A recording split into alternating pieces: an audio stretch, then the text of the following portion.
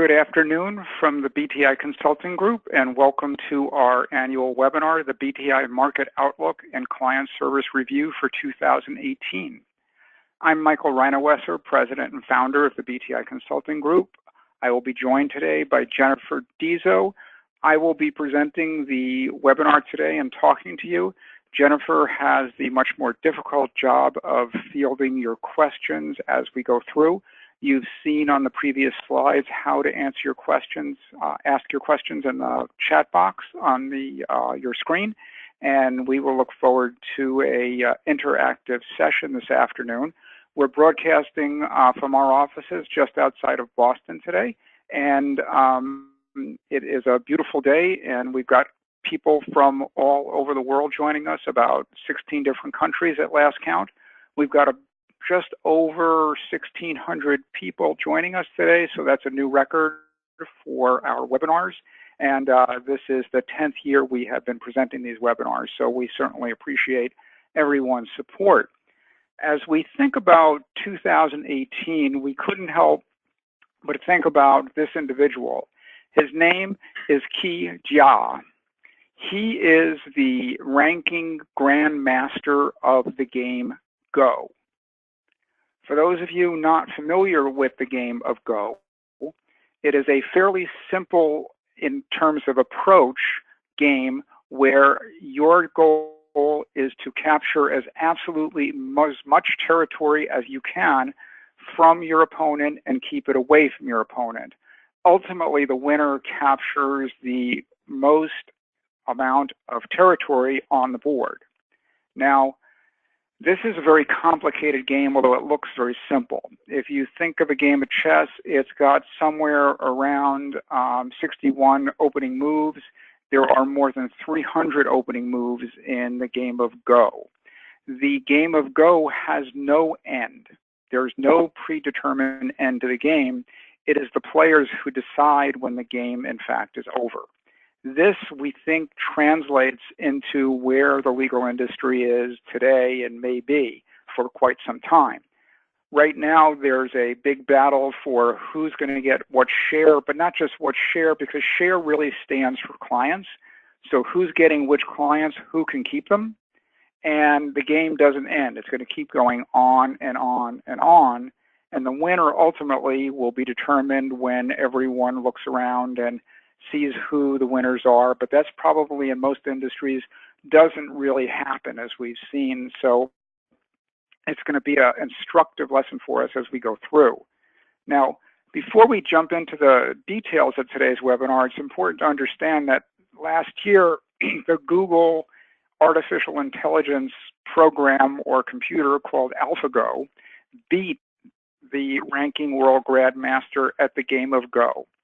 So the impact of AI will be the topic of another webinar, but it's important to understand that the unexpected can happen, does happen, and will happen even to the grandmasters of the world.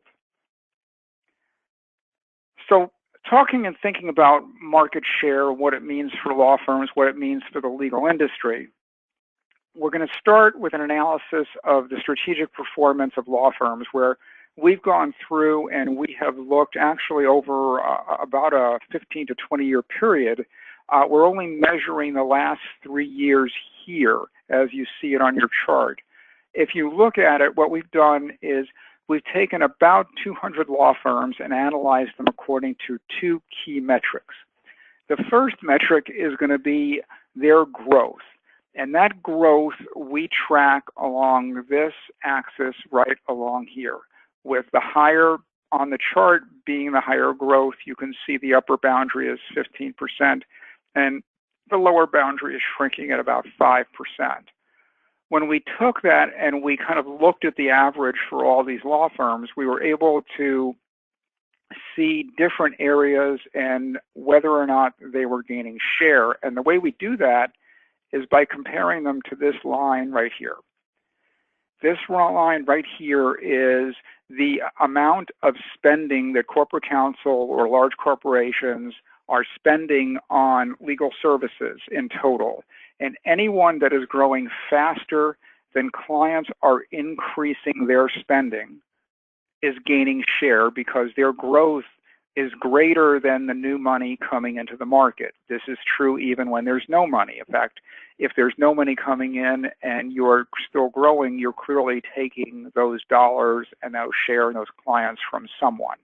Now, if you're below the horizontal line, you're losing market share. You're giving it up to the firms that are above the line. This is the first and one of the key aspects, because as we look at strategic performance, knowing whether we're gaining clients or losing clients is going to be key to telling us what we ought to be investing in and what we ought to be thinking about. Now, the other dynamic, which every law firm we talk to will tell you is key, is this whole idea of profits. And we use profits per attorney because this is what we would call core profitability. If you can generate the appropriate amount of profits per attorney, your profits per partner will take care of themselves. This is where the origination of not just profits, but capital comes from. And that's why we look at profits. It's a good and the least expensive way to generate capital to invest in our firms. And the firms that have the most profits not only get to earn the income that comes from that and distribute that to the attorneys in the firm, but they have more money to invest in their infrastructure, into training, into all the programs that ultimately are going to drive growth moving forward. So having capital and having share both become an advantage. This line running up and down, not quite the center of the chart, is the average profits per attorney for the law firm universe that we looked at, which included a range of sizes as well as other factors. Now, when you look at the profits per attorney, the firms that are to the right as you're looking at your screen have higher profits per attorney. Those, of course, on the left have lower profits per attorney. This will start to give us a really kind of strategic picture of what law firms are facing in terms of their strategy, what they ought to be thinking about and doing so they can kind of benchmark their own position. So as we look at it, we remember that highest profits are over to the right, and we remember that the market share gains are above the horizontal line. So what we have in the first grouping is what we call the pace setters. These pace setters have very high profits per attorney and are gaining market share very quickly compared to other law firms. So we know, and many of you know I'm not an attorney, but I did go to business school. And from the day I arrived at business school until the day I left, one of the things I heard was, if you can generate market share gains, if you can grow faster than everybody else, acquire their customers, and you can make more money while you're doing it, there's something fundamentally sound and right about your strategy, and that's worth learning from. So we have the first group that we know that we want to look at to understand, and these are really the firms that stand out. You'll also see that they're one of the smaller groups, but yet they've managed to stand out in, strategically from everyone else. Now, if we go down to the bottom axis, we see a different group of firms. We call these the gold miners. These gold miners have, very strong profits, but they are giving up market share. They largely are giving up market share because they have what we would describe as a destination law firm strategy, which worked perhaps, 7, 8, 9, 10 years ago, but is not working in today's environment. This would be contrasted with the pace setters, who have very aggressive outreach and are targeting the clients that they want and are also working very hard to grow and keep competitors out of their existing client base.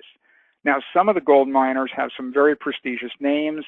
They have some, very deep talent, and they're very well run, but they've not yet converted to the current market dynamic.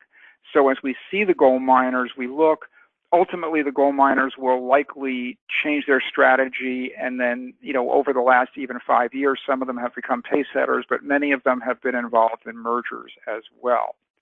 Now, looking at it from one other direction, over here we've got the investors.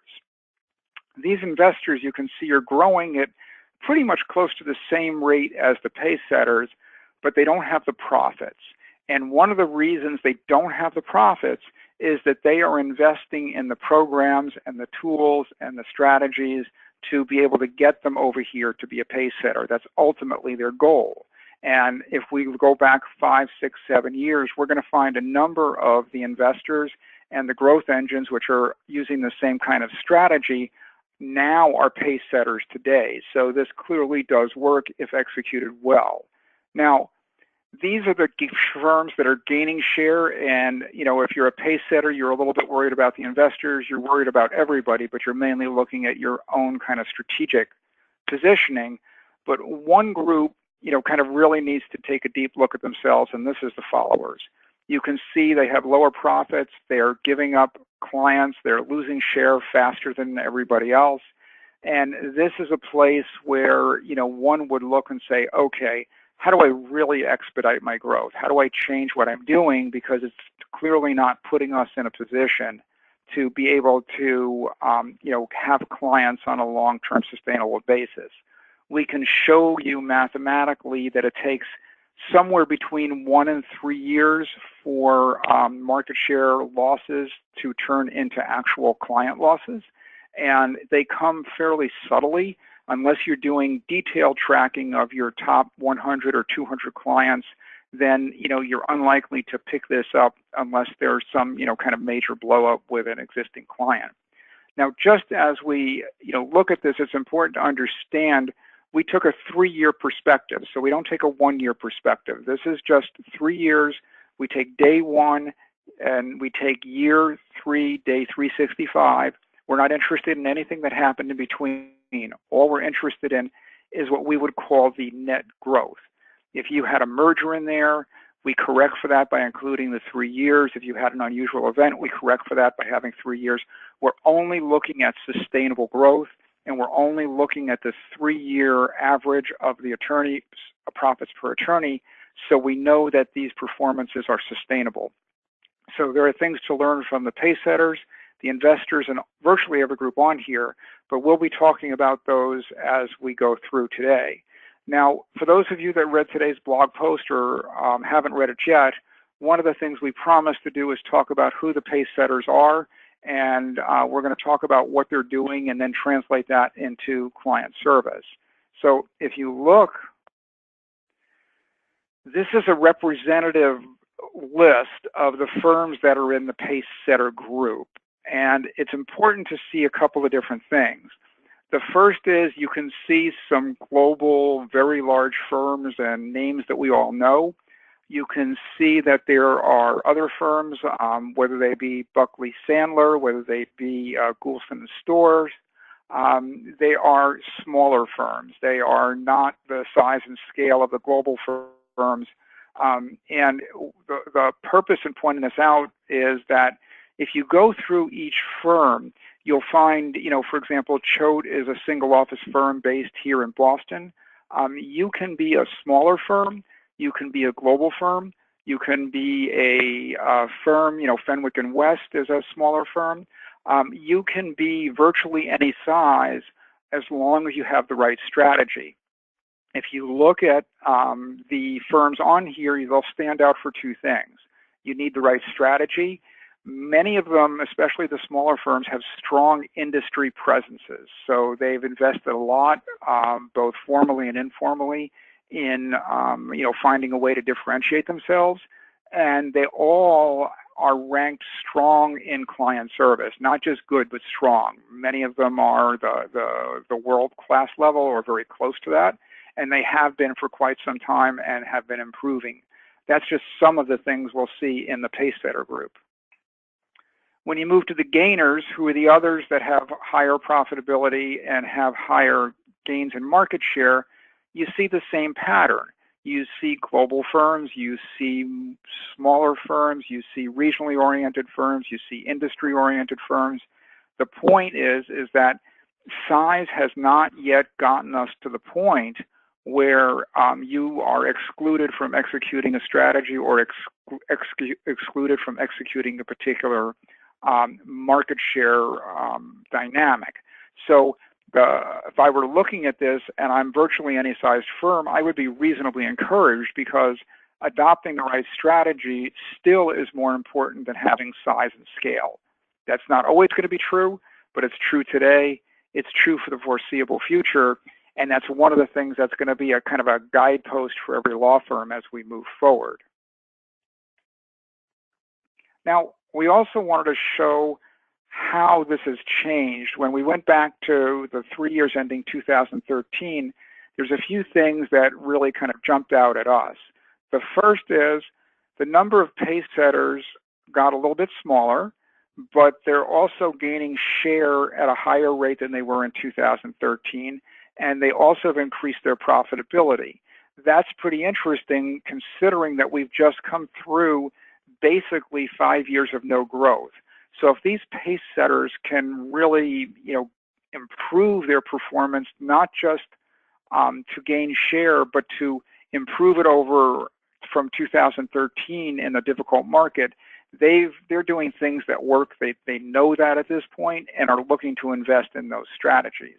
At the same time, if you look at the gold miners, there's fewer of them because they either moved up this way or they merged into other firms, and it'll be interesting to see how the gold miners perform here.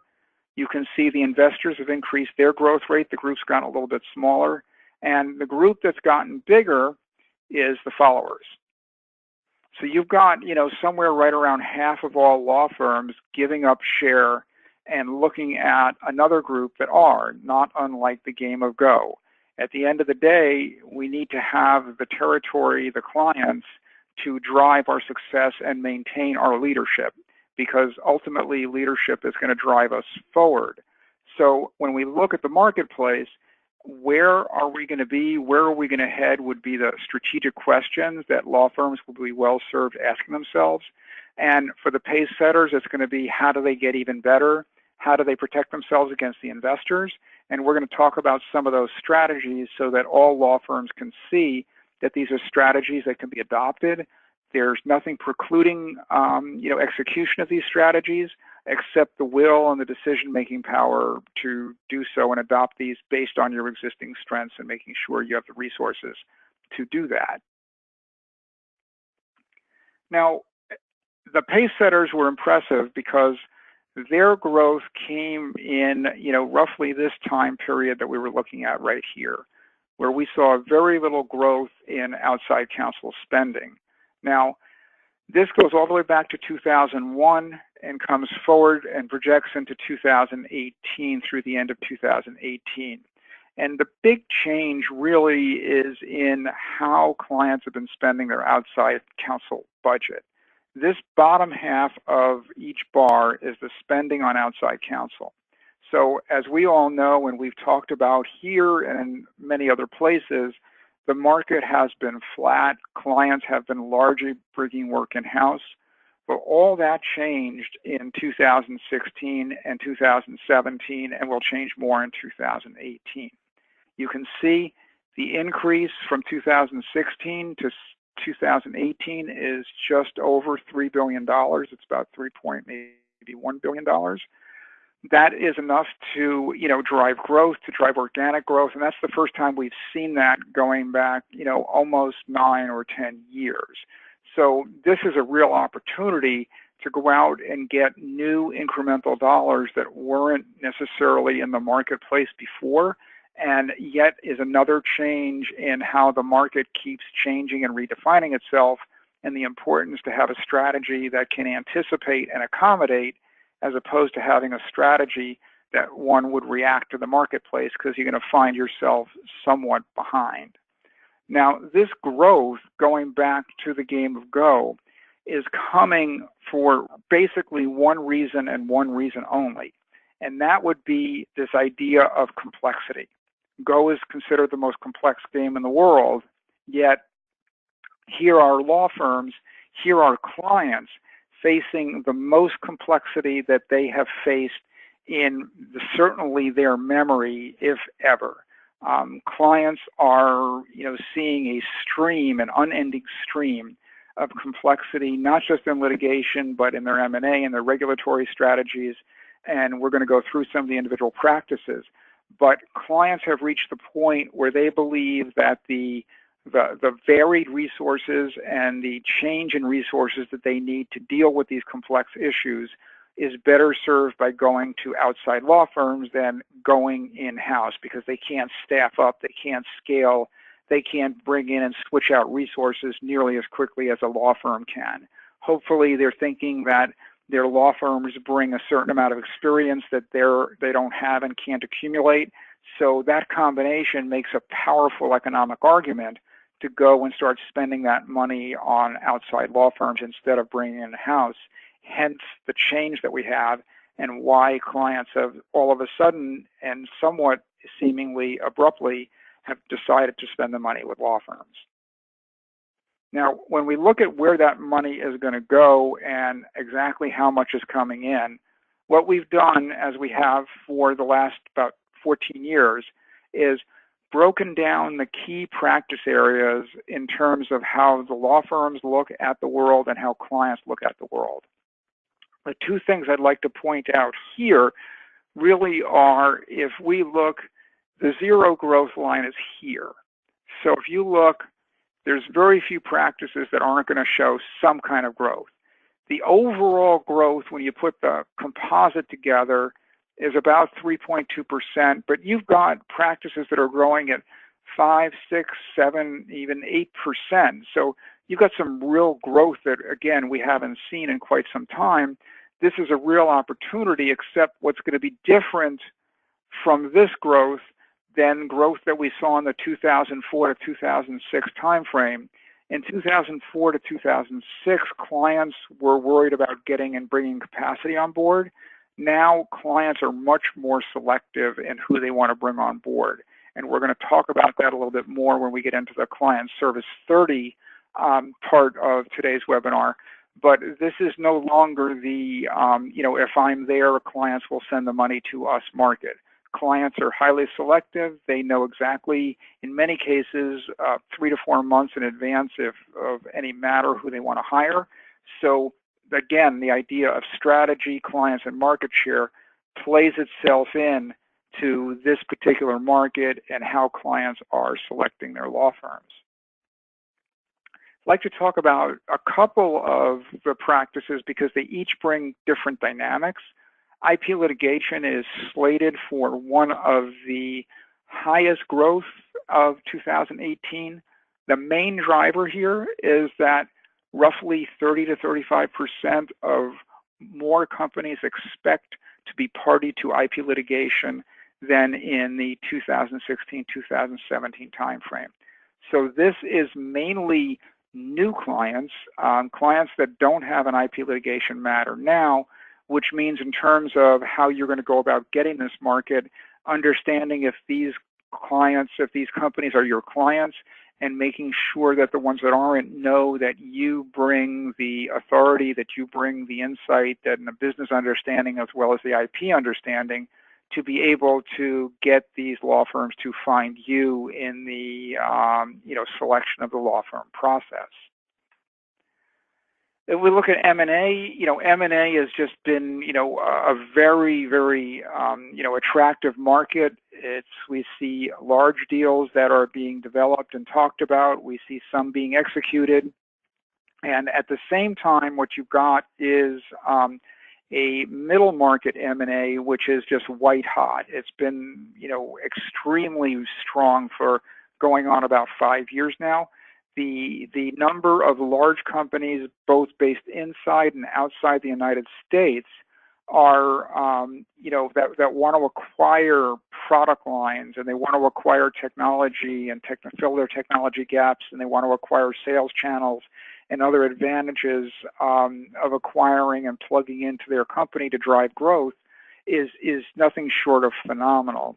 What's really interesting is that especially the companies based outside the United States really like to work with the mid-sized firms that are somewhere proximate to the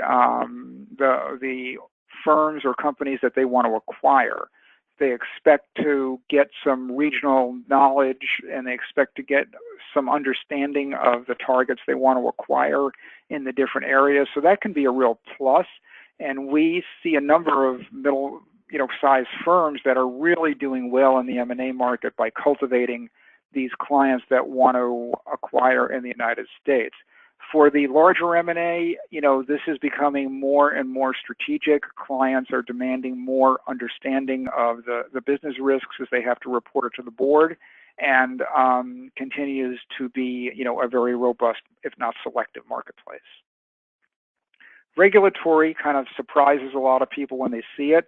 Regulatory spending is up in a world where the current, administration says that they're reducing regulations. Well, it turns out that clients want to spend money to understand what deregulation may mean, what their regulatory strategies ought to be, and not every single industry is, enjoying or perceives they're going to enjoy the benefit of a clear and decisive, less regulatory environment. Anybody with a healthcare client, go ask your healthcare clients if they think that way, and most of the ones that we talk to don't believe that that's the case in their industry. And then you have, litigation. Litigation continues to be the absolute largest segment of the market. It is, consists of high-end work. It consists of, more routine work and everything in between. The amount of litigation and spending is going up because the matters are more complex. You've also got this other dynamic where for the first time in about 4 years, you're seeing an actual increase in the number of matters and cases. So prior to this, you had spending, but you had clients that were facing fewer matters. So now you've got more matters, you've got more complex matters, and clients are relying heavily on alternative fees, on budget controls, on their chief legal operating officers to really find ways to kind of minimize these litigation costs. The other tool that they have embraced is this idea of early settlement. We're still at the point where 61% of clients want to settle their litigation within 12 months of the litigation being initiated. So all of these things are factoring in, but and the quicker clients can settle, the less they ultimately spend on legal fees. But no matter how you twist it, there's more money coming into litigation, and clients again are trying to build institutional knowledge with their litigation firms so that they can get on this cycle of settlement and knowing what alternative fees they can use and knowing how to use the budget tools. And that is one of the first, kind of strategic signs we see that is really creating some serious loyalty to individual firms and differentiators that are much stronger than we've seen in the past. Moving over to class actions, these are, if we looked at this 5 years ago, or maybe a little bit more, you would have seen that class actions was sitting down here with no growth and tremendous rate pressure.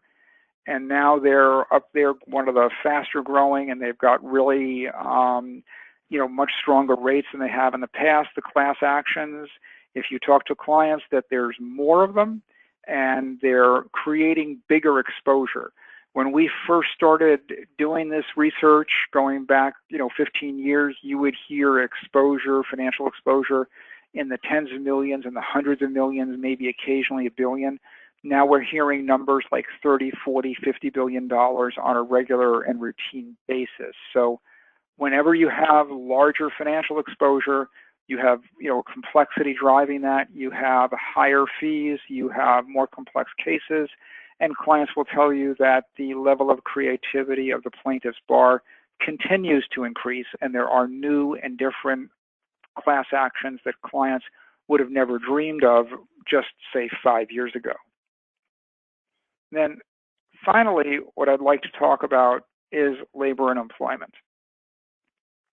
Labor and employment has been, again, if we looked at this and we went back, say, 5 years, it would have been close to where class actions was, and is now headed up, and it's not quite reached the point where it's getting full premium rates, but its rate structure is stronger than it's ever been. Employment can also credit the complexity that has come along. Wage and hour is one that just stands out in terms of an area where for the past 5 years, clients have said, well, we think wage and hour has diminished and finally gone away, and then it reappears, and it reappears, and it reappears, and it reappears. You've got other areas, complexity, the transgender issues in the workplace and what kind of policies and procedures. Now you've got sexual harassment claims.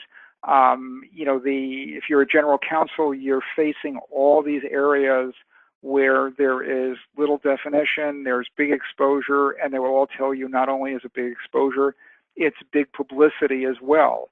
So, these are all things they don't want. We see in particular in labor employment that clients are gravitating to the firms that will provide counseling and comfort providing kind of consulting, counseling kinds of things before there's any kind of action and matter. This isn't just sending out alerts, but having the dialogue around individual strategies to individual companies based on their individual circumstances. And that's going to be one of the hallmarks of how to grow in labor and employment. Now, despite all the money that's coming in, the good and the bad news is it is not at all coming in evenly. This is our industry opportunity matrix, where we take each practice and matrix it against the individual industries that are the major spenders of legal spending in the United States and most of the world.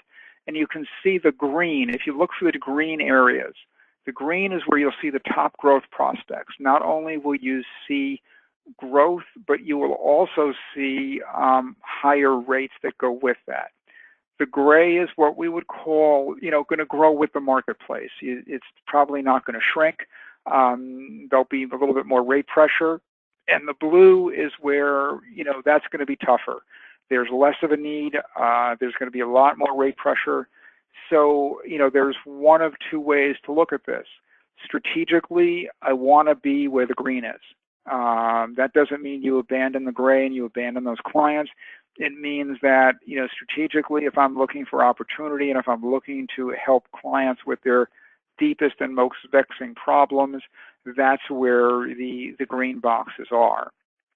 Now, just to go through and give you a perspective on how different some of these are, I'd like to start with healthcare, where you're going to see 11 different green boxes.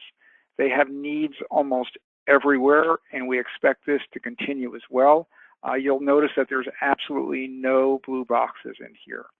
If you go up to banking, there's 9. If you go down to financial services, you've got 9 practices where there's growth. If you go across down to manufacturing or pharmaceuticals, you've got 10, and manufacturing, you've got 8. And then if I go into telecom, I've only got 3. Transportation, I don't have any. Utilities, I've got a couple. Food is 1, 2, 3, 4, 5. So, you've got a reasonably robust market here, but it's quite, unevenly distributed. And the only way that you can find and understand where the opportunities are, because not only are they industry specific, but oftentimes they are client specific. So not even every bank, not even every healthcare organization or pharmaceutical is going to have these broad needs, but there are big pockets within. Your challenge, of course, is to find those clients that have these opportunities. The only way to do that is through, clever marketing that makes these clients seek you out. But what's much more effective is seeking out within your client base and targeted clients and go in with pointed, insightful kinds of, issues to discuss and suggest, and tools that offer risk management and offer new ways to think about their problems, or else you just sound like another law firm walking in and talking about how many cases you may have tried. This is what we're seeing, but if you don't have that individual client understanding, the chances of getting this new work become very difficult. Now, one of the things that can help you is if you have an industry-focused group in your firm. The industry groups are dedicated groups focused on industries, gathering knowledge, gathering experience, and being able to translate that into insight for clients. By having these groups, you're announcing to the world, or you're announcing to these industries that your firm has made a specific and concerted effort to be able to gather the knowledge and understand their business. Going back to 2013, the number of firms that offer these industry groups has slightly more than doubled. But at the same time, it's only 27%. That means that roughly 3/4 of law firms, don't offer this.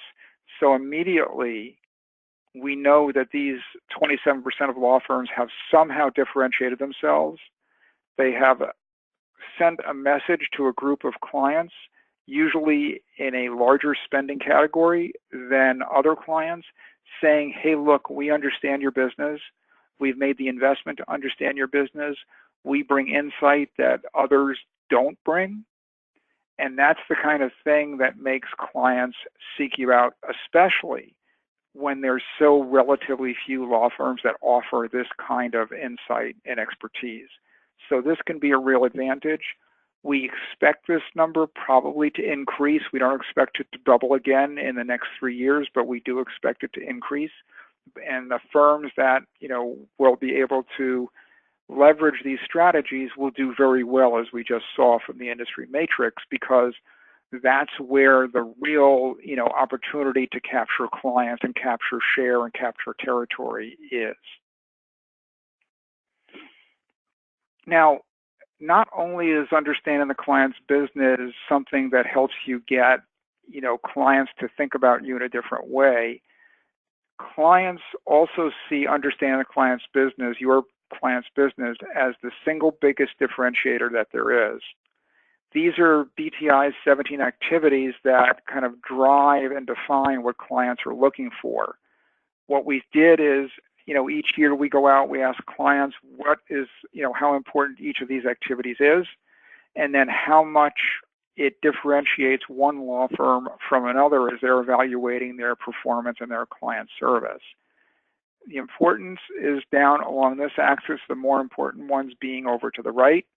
The higher it is above this horizontal line, the more it differentiates a law firm. So not only is understanding the client's business something that will get you in the door, it is if you take this horizontal line, which is the average of all the differentiating factors, it is the highest of all of them. This is the thing that will make you stand out. We don't have time to get into it today, but we can also show you statistically that this equals the highest rates. Whenever clients pay premium rates, they believe you understand their business. This is the single highest driver of premium rates in the market today. So there's lots of reasons to be able to want to understand your client's business and convince them that you bring this understanding. The other the most important influential factors are up here in the upper right. That's a commitment to help, knowing that your clients believe you want to invest more in them. You are more committed than anyone else to helping them solve their problem. Value, which really is no longer lower cost. If you look at the firms that are delivering the best value according to our BTI Client Service A team, you will see it is all high-rate firms who do things quickly with predictability and perform in a strategic way. Client focus, which is the ability to meet clients' objectives.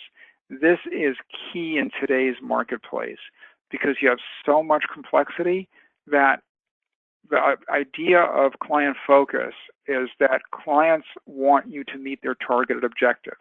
Now, as simple as that sounds, clients have developed different objectives for the different matters they face, largely because of the complexity. Some are more complex than others, so they may want to invest more in one and not the other. One of the biggest issues we're hearing today from the client community is that client focus is something that seems to have gone out the window.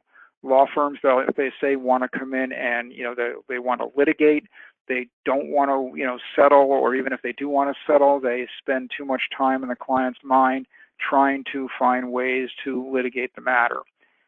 These kinds of activities are the things that clients evaluate law firms on today, not just on client service, because client service ultimately stands behind the hiring decision in who I'm going to hire for this new work that I'm looking out to put out with law firms as I face and try to resolve the complex matters that I'm facing today. Now, every year we go out and we ask clients who is best at each of these 17 activities. We provide absolutely no names. We provide absolutely no suggestions. We don't accept any self-nominations. We don't accept referrals. We don't accept suggestions as to who to talk to. Anybody that's on the client service A team gets there because a client talks to them about an unprompted matter. We provide no lists. Now, we heard about a total of 319 law firms. 289, which are represented over here in the blue, are recognized for some aspect of client service, whether it be one or two activities or more. Generally, the closer you get to the BTI Client Service 30 with a ranking, the more activities and the more activities in the upper right that you have been recognized for. Now, 30 firms in particular stand out. These firms perform, the average used to be 5 to 15 times better, but now I can tell you this year for the first time, the BTI Client Service 30 were better, 9 times better than the average law firm.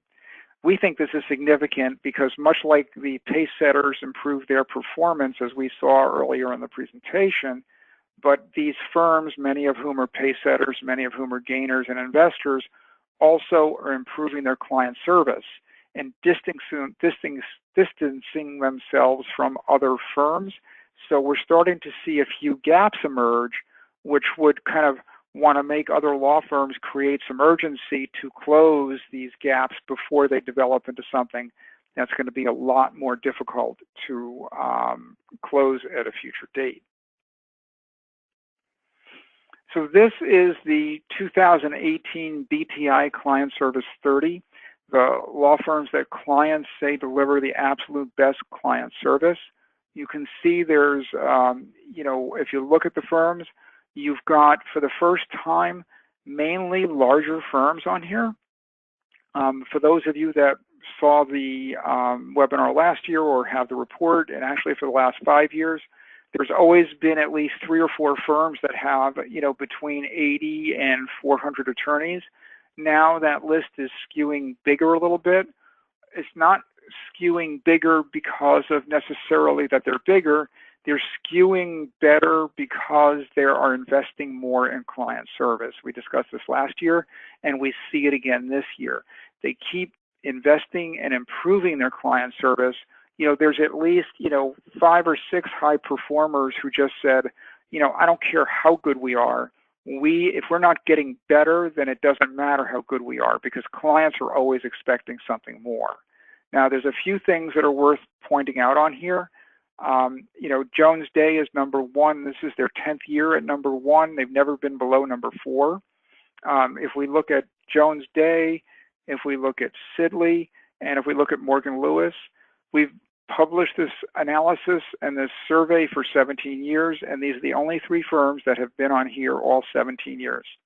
So if you think about it, all the different things that they've navigated, whether it's been, spending euphoria of 2006, whether it's been the spending cuts of 2009, whether it's been the move back out to law firms, whether it's been the financial crisis, whether it's been the age of complexity that we're about to entering, these firms have been able to kind of navigate their way through and anticipate what clients have been able to do. Denton's at number 3, of course, didn't exist 10 years ago, but they have really done a very good job of talking to their clients about all the mergers and acquisitions and things that they've done, and they go out to their clients and talk to them about their technology strategies and all the things they're doing, and their clients will say that they hear from Denton's way more than they hear from other law firms. They like it. They feel like they know the firm better. They feel like they're getting more individualized service. This is a real strong way to leverage the merged firm model into superior client service. As you look at other firms, you see a fair number of firms that have developed pretty strong client teams. But I think the one commonality amongst almost all these firms is that they have very specific initiatives to improve their client service. They may be, part of a strategic plan. They may be part of a separate initiative.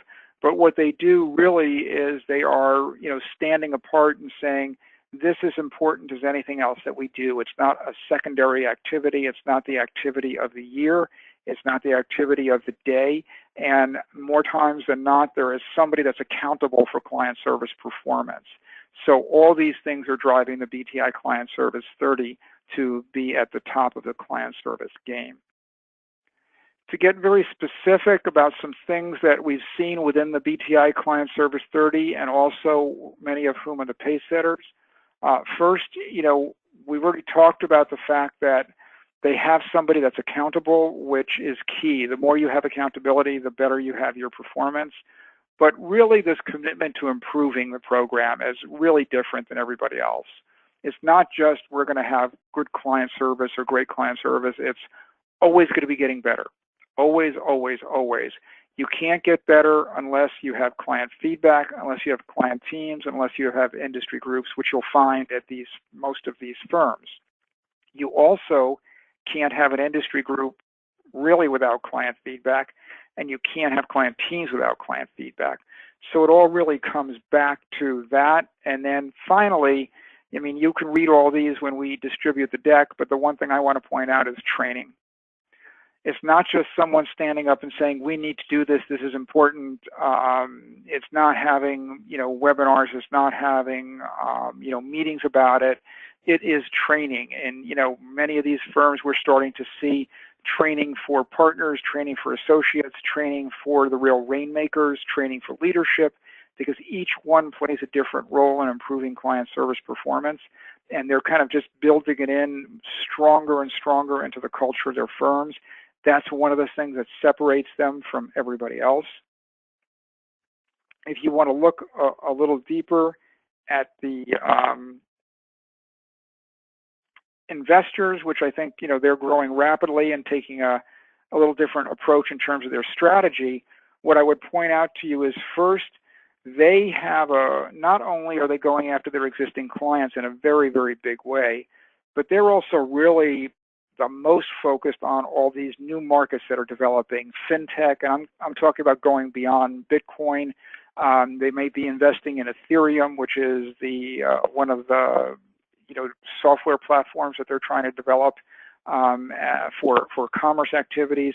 Food technologies, which are everything from GMOs and microbiome, which would be in health tech and can cross over into food.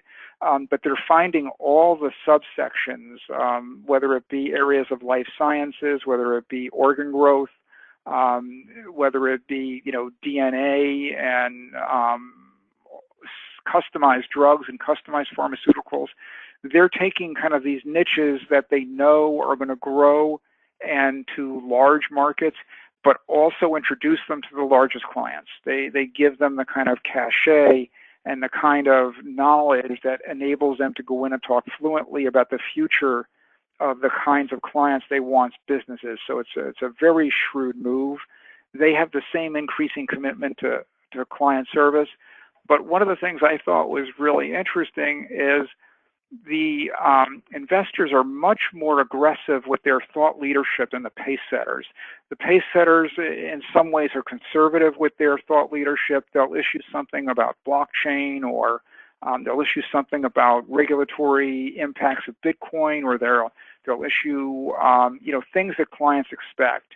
The investors are issuing thought leadership and original content around things that clients don't expect. So it could be about, anything from managing costs to accelerating revenue through, aggressive IP management. But they're really some, kind of provocative positions. And their idea is that they want to get the more aggressive clients who are likely to spend more money on outside counsel. They're likely to attract the attention of, larger clients who would be interested in the clients they're seeking. So again, they're positioning themselves in a very shrewd way to get growth and find ways to existing and new clients that others are not.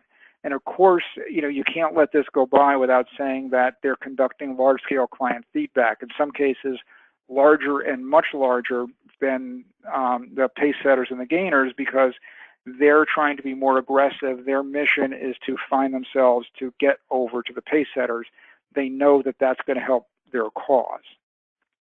One of the reasons they know it's going to help their cause is because if you look at the economics of doing large-scale client feedback, one of the things we found is that client feedback in itself drives growth.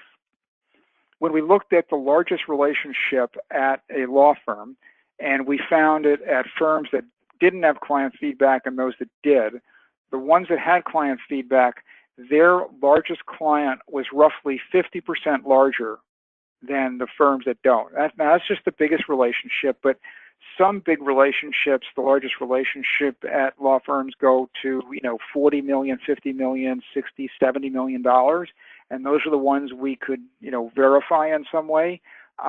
So these differences can make, alone could drive organic growth and share and keep keep competitors out of their existing client base.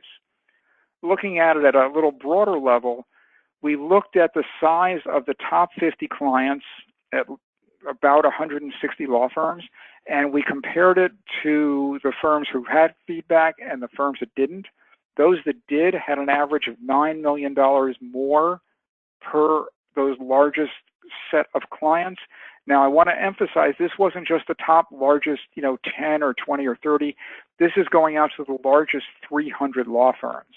So if it wasn't the exact number, the same ratios tend to apply.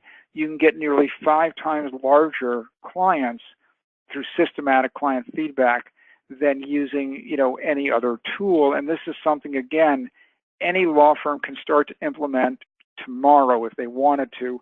And, we'd be happy to talk to you about how you can do that. So we'd like to leave you with a couple of recommendations. We've talked about some of these, but here are some things on the left-hand side that you can do immediately. There's no reason these can't be done literally starting, today is Thursday, so you could start on Monday, but set up a meeting with the firm's top 20 clients to look for their new and evolving business objectives, because I promise you and almost guarantee you that they've changed. Get a performance assessment, see where you need to improve, because that's going to be your roadmap to getting new business, the new business that's going to outside counsel, and find out their compelling needs that are begging for attention. Now, if you don't ask about your performance, the chances of you learning about their compelling needs goes down dramatically, because what clients have told us is, I'm happy to talk about what my needs are, but I only want to do that with the law firms where I really want to invest. And I'm going to invest in law firms only if they want to invest in me, and if they don't want to learn how to improve, then I'm definitely know they don't want to invest in me. So there's a little bit of logic that's really important here. Ask every client what their client preferences are at a kickoff meeting. If you don't have an industry group, I think this has worked really well. Just create a SWAT team of 3 or 4 partners who have industry knowledge and start using them on selected pitches. You're going to have to work out the origination credit. We understand that, but we have seen firms work this through and get business they never thought that they would get otherwise. And finally, I jumped down to the bottom where I would ask each attorney reaches out to their top 3 clients to identify their driving objectives, then come up with some kind of, tool or plan to meet that objective. It's kind of a corollary of number 1, but it brings it down within the firm and reaches a lot more clients. By the end of the year, if you want to improve your position, larger scale client feedback. One of the things we found is not only do you get the kind of client-specific obstacles to growth, but one of the things we found is that there are firms that conduct 10, 12, maybe even 20 or 25 interviews. They conduct them either internally or using a third-party source, but by spreading them out over a 12-month period, they don't create urgency in their firm. They don't create the client service urgency, the idea that client service is one of the core drivers of who the firm is. So creating that urgency by increasing the scale and conducting them in a shorter period of time to get everybody talking about client service and get everybody to solve the kind of obstacles you've heard about. at the same time is very powerful. Excuse me. And then lastly, just because of time, I'm going to jump down here. Developing unsolicited thoughtful proposal. This is the new weapon of choice. We see the investors and the pace setters going out and really understanding clients' objectives, and then the new objectives, how they're dealing with a new complexity, how they're dealing with technology, and developing specific unsolicited proposals on how to solve that problem. Yes, they have hours and fees just like any proposal does, but it gets you to the work before anybody else does. This is new. This is not something that every law firm is doing, but the ones that have figured out how to use it are really getting, very, lucrative assignments that otherwise they thought they just really wouldn't have access to or wouldn't get. And it's changed the relationship because now clients want to share their objectives with these firms. So they're kind of in this trajectory where they're providing unsolicited proposals on a continuing basis, except that they are now being asked for sole source proposals instead of unsolicited proposals.